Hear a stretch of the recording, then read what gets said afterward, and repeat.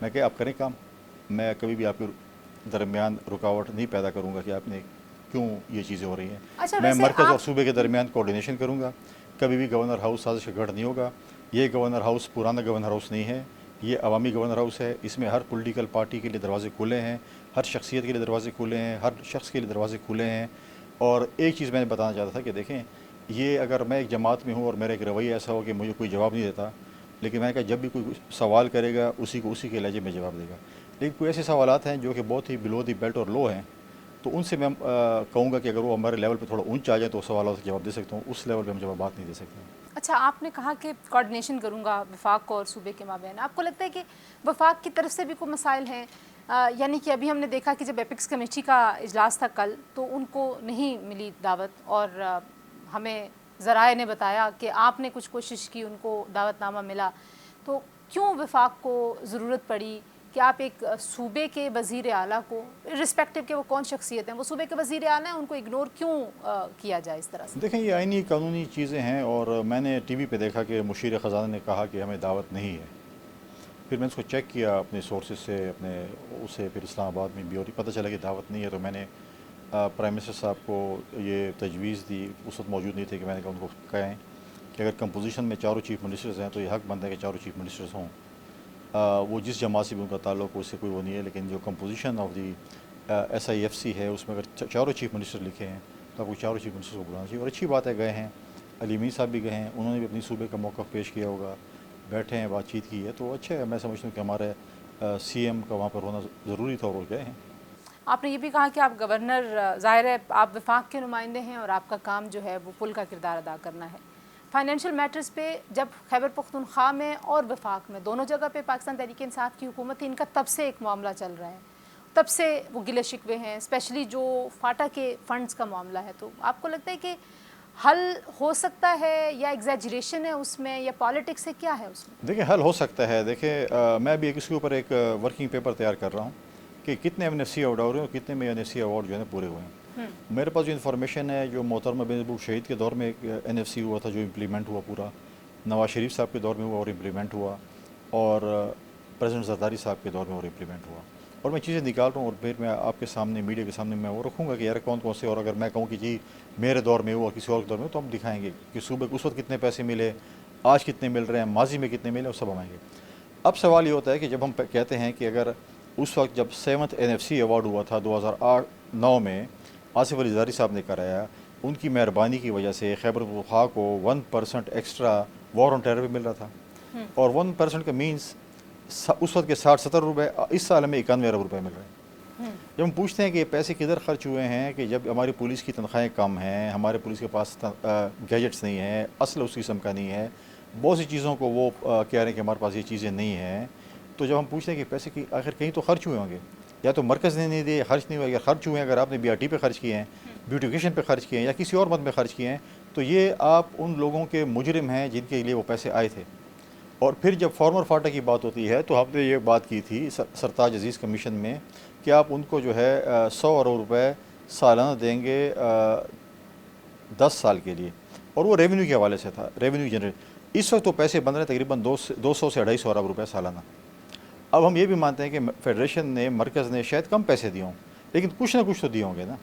ہم یہ بھی کریں گے کیوں نہیں دیے, کیوں کم دیے, اور جو دیے وہ کہاں دیے ہیں, تو میں پوچھوں گا آپ نے کہاں خرچ کیے. اگر آپ نے خرچ کیے ہوں کہیں پہ, فار ایگزامپل ڈیر اسماعیل خان میں, یا بنو میں, یا کوہاٹ میں, یا مردان, پشاور, 400, یا سوات میں, یا دیر میں, تو وہ تو ان کا حق نہیں بنتا تھا نا. وہ حق بنتا تھا فارمر فاٹا مرچ ضلعوں کا. کیا گورنر کے پاس یہ مینڈیٹ ہے کہ آپ پوچھیں کہ وہ کہاں خرچ ہوئے ہیں؟ بالکل میرے پاس پوچھتے کہ میرے پاس مطلب ہے کہ ہم اس کی آڈٹ بھی کرا سکتے ہیں, ہم پوچھ بھی سکتے ہیں, لیکن ہم قوم کو بھی بتائیں گے کہ اگر فلاں حکومت نے اتنے پیسے آپ کے آئے تھے, اس دور میں آئے تھے, اس سال میں آئے تھے, اس مد میں آئے تھے, لیکن وہ اس مد میں خرچ ہو چکے ہیں یا کسی اور مد میں خرچ ہوئے ہیں, تو ساری ڈیٹیلز ہم رکھیں گے.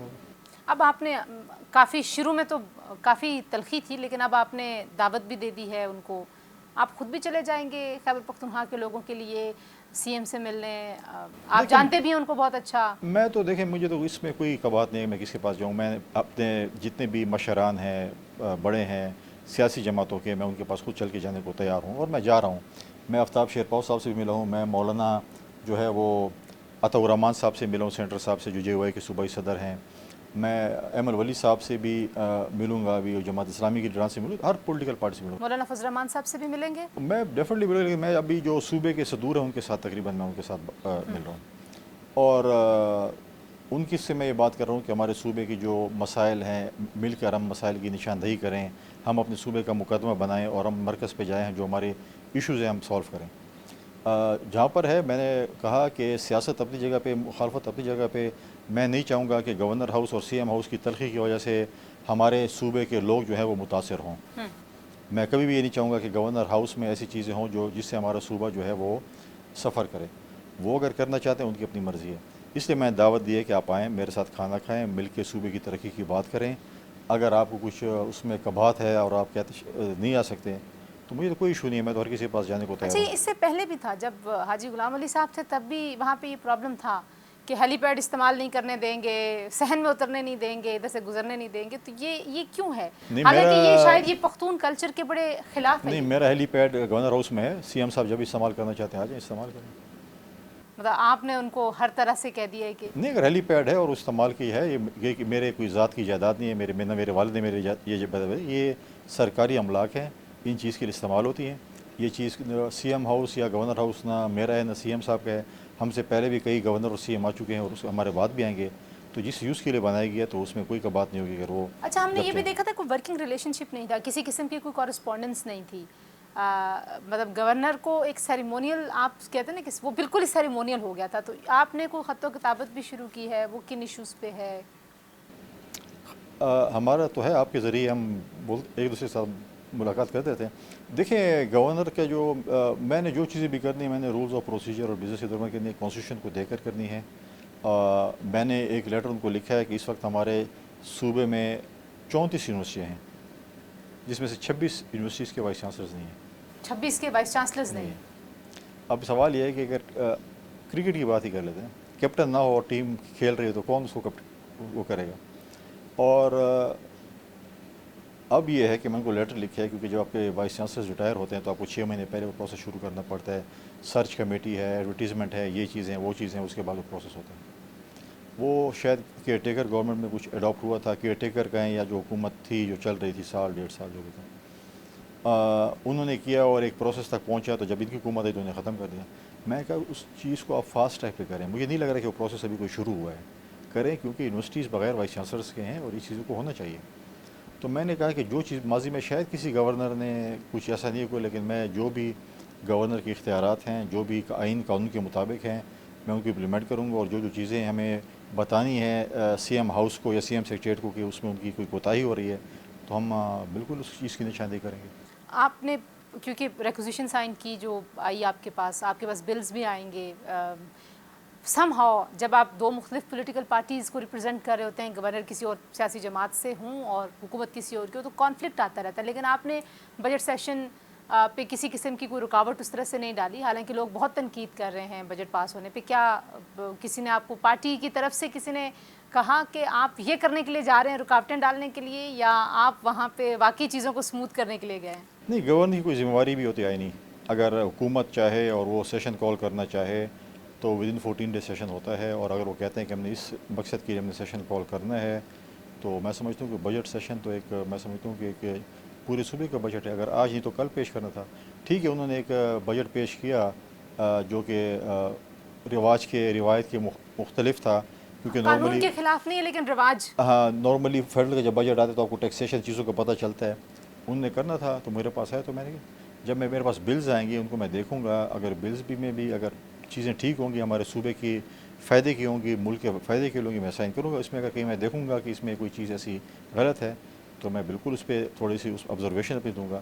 لیکن کبھی میں یہ نہیں کروں گا کہ کوئی چیز آئے گی اور میں ڈرا میں رکھ دوں اور کہوں کہ بس ٹھیک ہے پڑھی رہے. اور یہ چیز ایک بریک لے لیتے ہیں. بریک کے بعد کچھ ایسے ایشوز ہیں بالخصوص جن پہ بہت زیادہ بات ہو رہی ہے کہ شاید خیبر پختونخوا کے یہ حقوق ہیں، جس میں ٹبیکو کا مسئلہ ہے، جس میں بجلی ہے اس کے منصوبوں کا مسئلہ ہے، جس میں خیبر پختونخوا کے لوگوں کا اور حکومت کا یہ خیال ہے کہ سارا کا سارا منافع وفاق کی طرف جا رہا ہے. ان ایشوز کو کیسے ایڈریس کیا جائے گا، گورنر صاحب اس میں کیا رول پلے کر سکتے ہیں؟ بریک کے بعد اس پہ بات کرتے ہیں. ہمارے ساتھ رہیے.